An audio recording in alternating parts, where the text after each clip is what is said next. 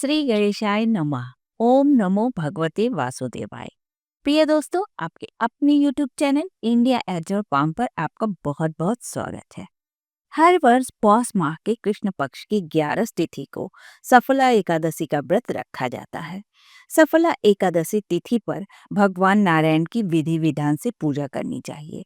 स्वयं भगवान श्री कृष्ण ने एकादशी तिथि की महत्ता को बताते हुए कहा है कि बड़े से बड़े यज्ञ अनुष्ठान से मुझे उतना संतोष नहीं होता है जितना कि एकादशी व्रत के पालन करने से होता है।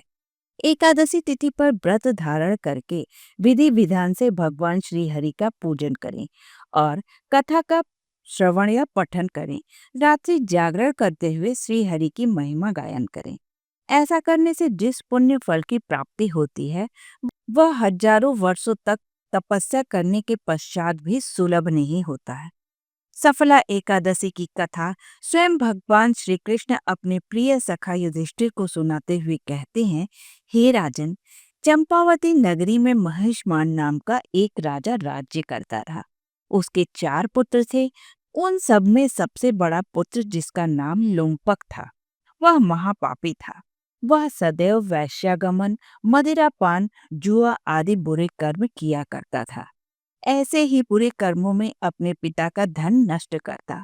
जब राजा महिष्मान को अपने पुत्र के इन कर्मों के बारे में पता लगा तो उन्होंने उसे अपने राज्य से बाहर निकाल दिया।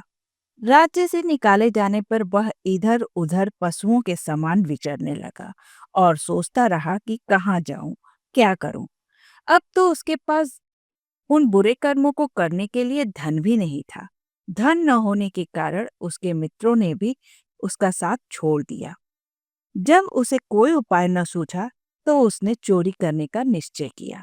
दिन में वह नगर के बाहर वन में रहता, रात्रि अपने ही पिता की नगरी में चोरी करता।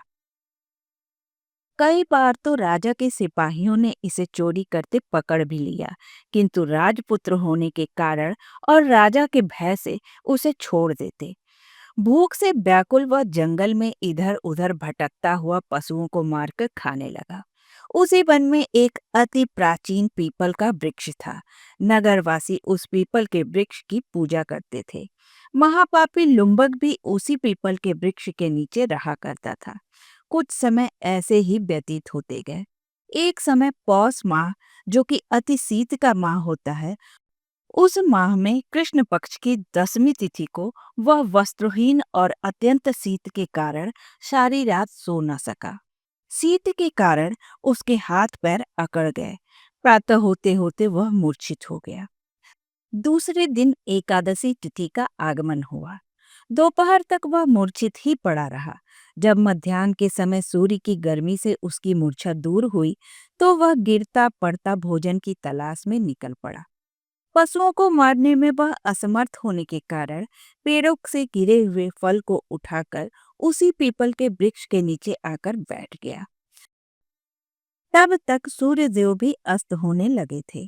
वह वृक्ष के नीचे फल रखकर कहने लगा, हे भगवान, अब आपको ही ये फल अर्पण है। आप ही इससे तृप्त हो जाइए। वह दुखी मन से यूं ही वृक्ष के नीचे लेट गया, किंतु रात्रि सो न सका और मन ही मन भगवान को याद करता रहा। उसके इस प्रकार अनजाने में ही किए गए एकादशी के उपवास से भगवान अत्यंत प्रसन्न हो गए और उसके सारे पाप नष्ट हो गए। दूसरे दिन प्रातःकाल एक अति सुंदर सुसज्जित घोड़ा दिव्य वस्त्रों सहित उसके सामने आकर खड़ा हो गया। उसी समय आकाशवाणी हुई कि हे राजपुत्र, अब तू अपने पिता के पास जाकर अपना राज्य प्राप्त कर। ऐसी आकाशवाणी सुनकर लुम्पक अत्यंत प्रसन्न हुआ।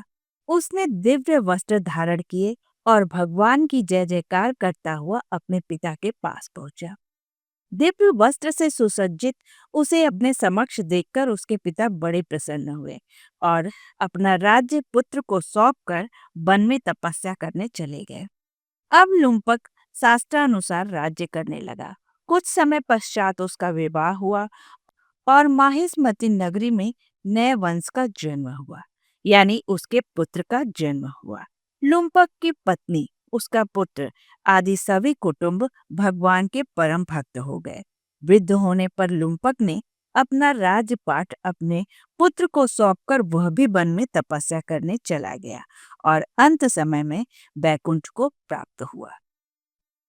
कथा का समापन करते हुए भगवान श्री कृष्ण कहते हैं, हे राजन, मनुष्य को अपने कल्याण हेतु संपूर्ण श्रद्धा और नियम निष्ठा से एकादशी तिथि का पालन करना चाहिए। तो प्रेम से बोलिए लक्ष्मी नारायण की जय, एकादशी माता की जय।